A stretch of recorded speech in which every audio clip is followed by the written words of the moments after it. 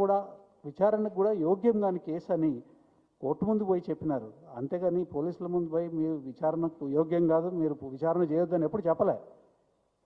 అదే క్రమంలో 7వ తారీఖు నాడే వేసినారు. తర్వాత 7 తర్వాత మళ్ళీ 9వ తారీఖు నాడు విచారణకు రమ్మని ఎప్పుడైతే చెప్పినారో ఆ రోజు మార్నింగ్ అంటే 9వ తారీఖు ఉదయమే ఈ కేసుని విత్డ్రా చేసుకోమని కేటీఆర్ గారు చెప్పినారు.